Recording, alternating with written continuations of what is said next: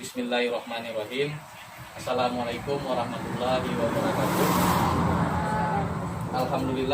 Alhamdulillahirabbil alamin. Shalatu wassalamu ala asrafil anbiya'i wal mursalin wa ala alihi washabihi ajmain. Amma ba'du.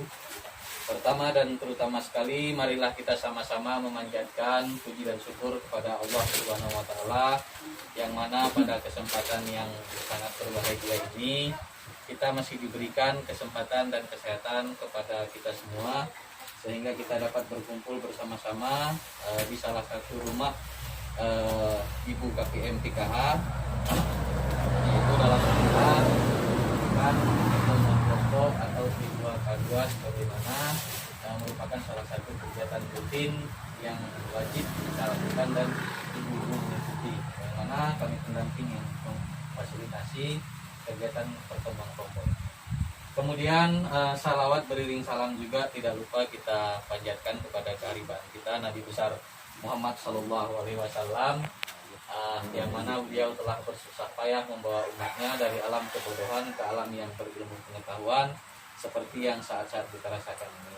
Yang saya hormati teman-teman pendamping yang sudah berhadir juga berkenan membantu saya di sini dalam rangka pertemuan kelompok. Kemudian yang saya hormati juga ibu, para keluarga penerima manfaat atau KPM TKH yang ada di desa setempat. Baik, sebagaimana mestinya di sini kegiatan pertemuan kali kita lanjut ke modul terakhir dari 5 modul. Ini untuk penjelasan saya, ya ini buku modulnya, yaitu modul kelima ini tentang kesejahteraan sosial, disabilitas dan lansia. Nah, ini tadi kan kategorinya nih. Banyak yang menanyakan tentang kriteria PKH. Yang kita ketahui atau umumnya yang dapat PKH itu yang punya bayi, yang ada anak sekolah, dan yang ibu hamil. Padahal ada satu lagi komponennya. Setelah itu disebutkan fakir miskin, yaitu disabilitas dan lansia menjadi salah satu juga komponen atau syarat untuk bisa menerima bantuan PKH. Kadang-kadang kita melupakan ini, lansia di rumah. Kita hanya melihat dia nggak ada anak sekolah, dia nggak ada hamil, apa juga. Begitu kita lihat di rumah ada lansia, tetapi kita tidak tahu. Makanya kita membahas ini yang satu masalah lansia ini. Ini prinsip melayani lansia atau kesejahteraan sosial, disabilitas dan lansia. Nah, di sini lansia, satu, tidak memberikan stigma atau cap kepada lansia. Kita kalau bisa ya, bukan kalau bisa lagi, kalau kita melihat di kota-kota besar, mereka begitu ada orang tua mereka kalau sudah lansia atau sudah tua, umurnya sudah 60 ke atas, itu mereka ambil, mereka titipkan di panti jompo atau panti sosial namanya. Artinya perkumpulan orang-orang tua di situ semua, yang udah nenek-nenek, yang udah nggak bisa jalan, yang udah nggak bisa melihat, di situ semua dititipkan sama anak-anaknya. Nah, ini artinya apa? Kalau bisa kita di sini ya, mudah-mudahan di Simelu pada umumnya janganlah seperti itu. Masa orang tua kita sudah tua kita titipkan ke tempat panti jompo? Artinya apa? Orang-orang tua kalau di kota-kota itu sudah malas mengurus orang-orang tua, sudah dianggap itu mengganggu, karena nanti dia, mohon maaf, sudah kotor di situ sendiri-sendiri, namanya juga orang tua kan. Jadi mereka jijik kepada orang tua mereka dan sehingga menitipkannya di tempat-tempat penitipannya seperti itu. Bahkan yang lebih ironisnya lagi, mereka mau mengeluarkan uang untuk menyuruh orang mengurus daripada mereka sendiri yang mengurus yang anaknya ataupun nanti yang menantunya, seperti itu. Nah, ini yang tadi kita tidak memberikan stigma atau cap kepada lansia, tidak mengucilkan,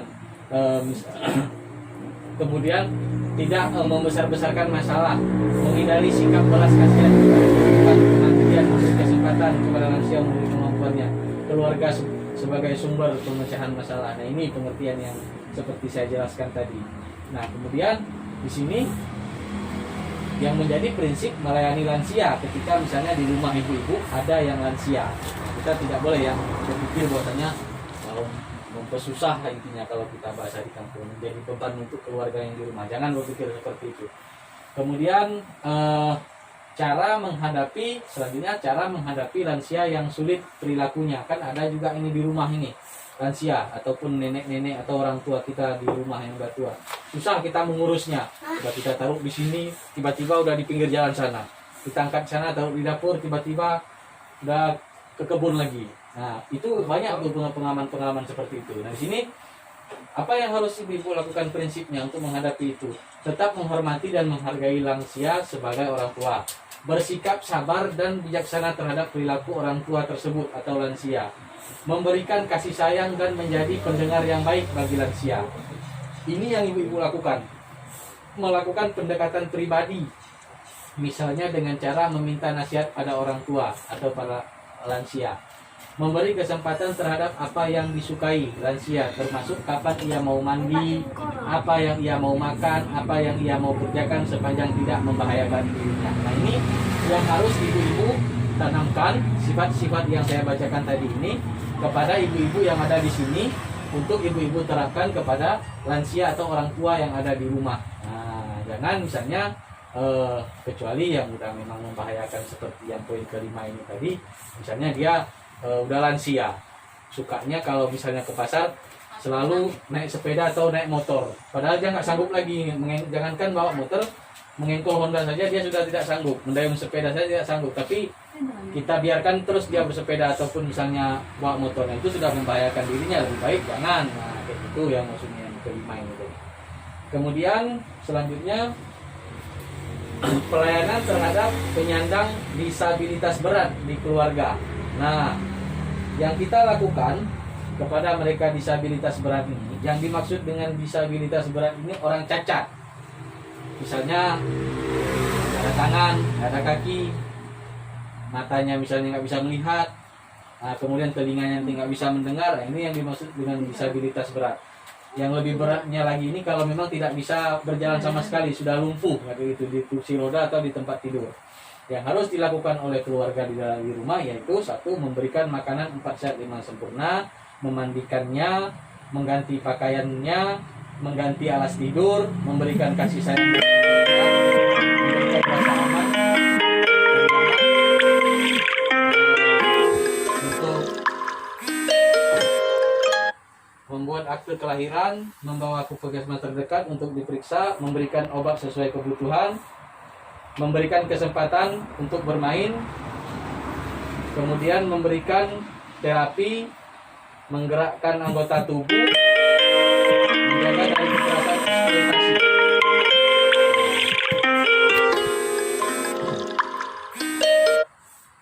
Kemudian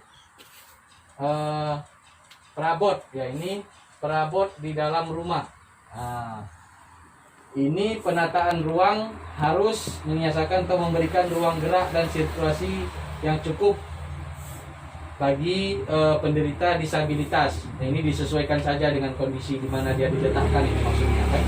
Tidak mungkin kalau misalnya ada disabilitas kita yang cacat tertaruh di dekat kandang ayam, kan nggak mungkin kan. Ini disesuaikan, ini maksudnya ini. Kemudian di sini peletakan dan penataan barang-barang jangan dipindah-pindahkan, apalagi tidak dipindahkan, harus diinformasikan kepada penyandang disabilitas.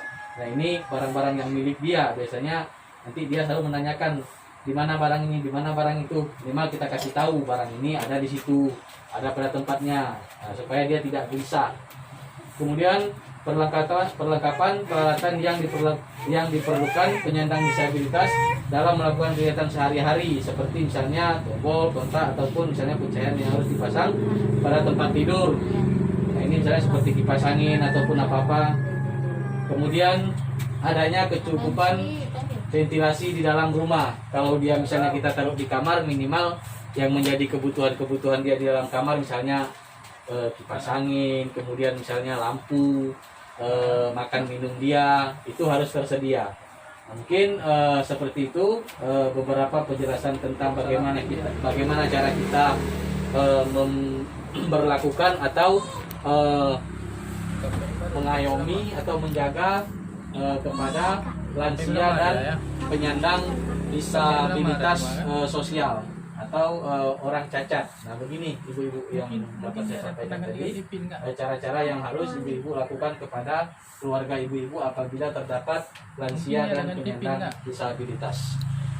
Mungkin terakhir pembahasan kita nanti akan dilanjutkan oleh kawan saya untuk materi selanjutnya. Sekian, assalamualaikum warahmatullahi wabarakatuh. Mungkin terakhir pembahasan kita nanti akan dilanjutkan oleh kawan saya untuk materi selanjutnya. Sekian, assalamualaikum warahmatullahi wabarakatuh.